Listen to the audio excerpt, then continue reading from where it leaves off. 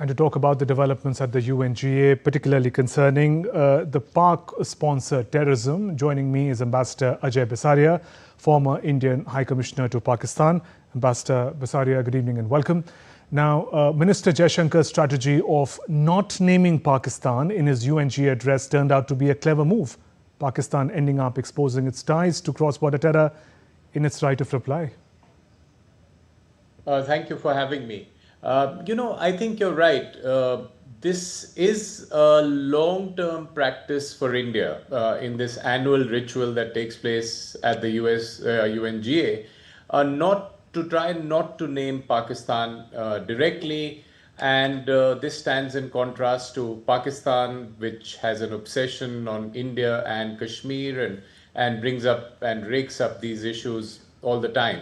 So I think what India did this time, as it has been doing in the past, is talk about a range of issues which concern India as one of the fastest growing economies of the world, one of an aspiring major power, and talked about, as your report said, about reformed multilateralism, about leadership of the global south, about issues like climate change and the trade and tariffs and so on.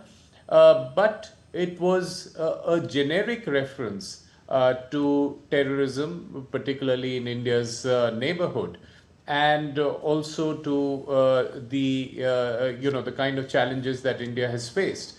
So I think it was a broad-based kind of statement which talked about India's trajectory and the global issues that India comes across, among which terrorism is an important one, particularly after the summer attack that India faced.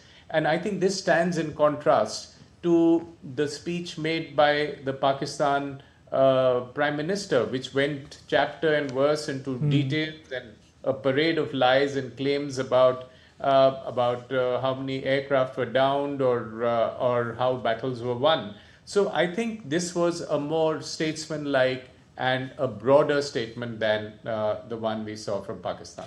In both these instances, Ambassador Bisaria, earlier the manner in which the Indian diplomat exposed Pakistan Prime Minister Shehbaz Sharif trying to peddle false narrative. How are these narratives then received in an international gathering such as the UNGA?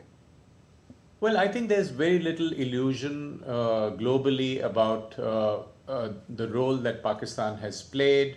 There's a strong past pattern which has been clear for 3 decades to the world about Pakistan's role in terrorism, particularly at the United Nations, where most of the sanctioned terrorists or designated terrorists belong to Pakistan. And what Minister Jaishankar said this time was a repeat, in a sense, of what then Prime Minister Atal Bihari Vajpayee told the US Congress in the year 2000, when he said distance offers no insulation against terrorism. And a few months later, we had 9/11. And this is a similar warning that Minister Jaishankar issued when he said that those who condone terrorism might find that terrorism comes and bites them. So it was a general cautionary note for the world about not being complacent about terrorism. It's not that India faces it very directly, but it is something that can affect and bite everyone in the world. And that points, the venue becomes important. UNGA with leaders from over 190 countries. Dr. Jaishankar calls terrorism a shared threat, highlighting the need for deeper international cooperation and action.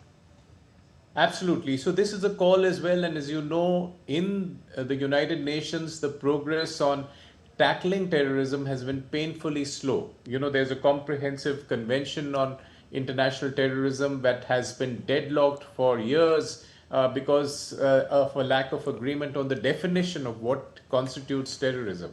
So I think there are severe limitations to this process, but it is important for India to raise its voice about this. India had sent a very clear message to the world post Operation Sindoor.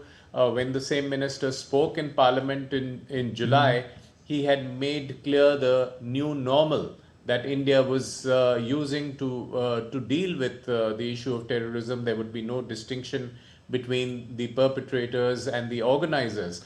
And I think this was a very brief reminder of that position that India has taken, but also a reminder to the world that the issue of terrorism is critical and we can ignore it only to our peril.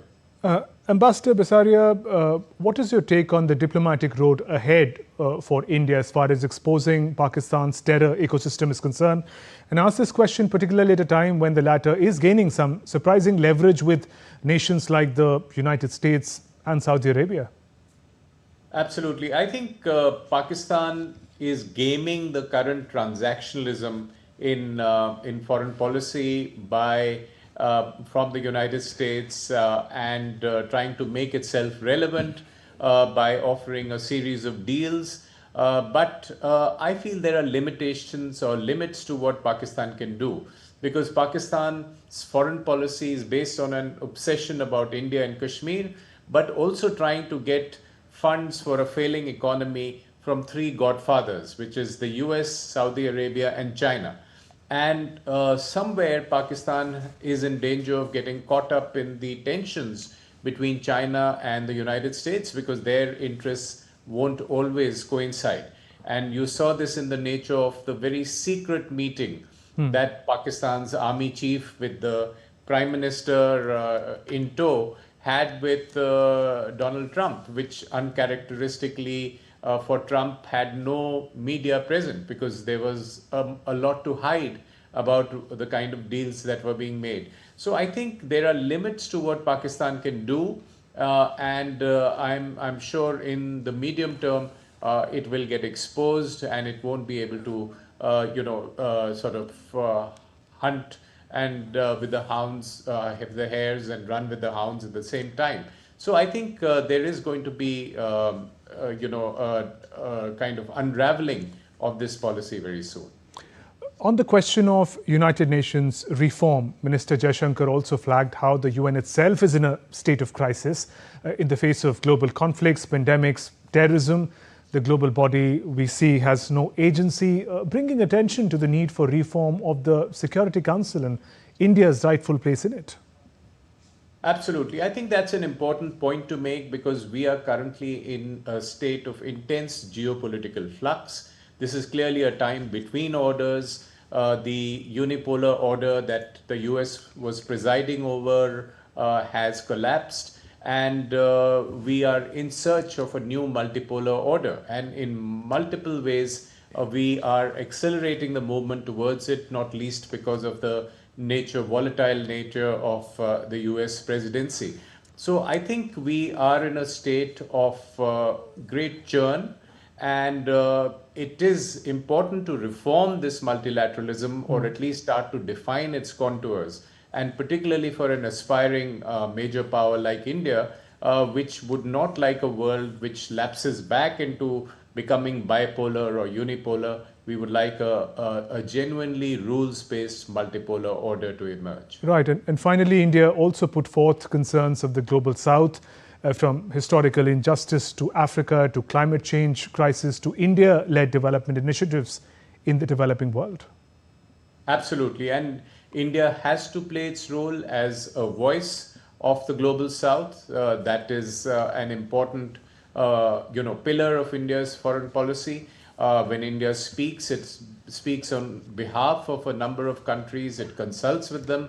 And I think that is an important kind of aspect of India's foreign policy. So not just challenging the hypocrisy of the West, not just challenging the major powers and the assumptions they make, but also speaking as part of a collective of voices from the global south, which is an important role that India wants to assume.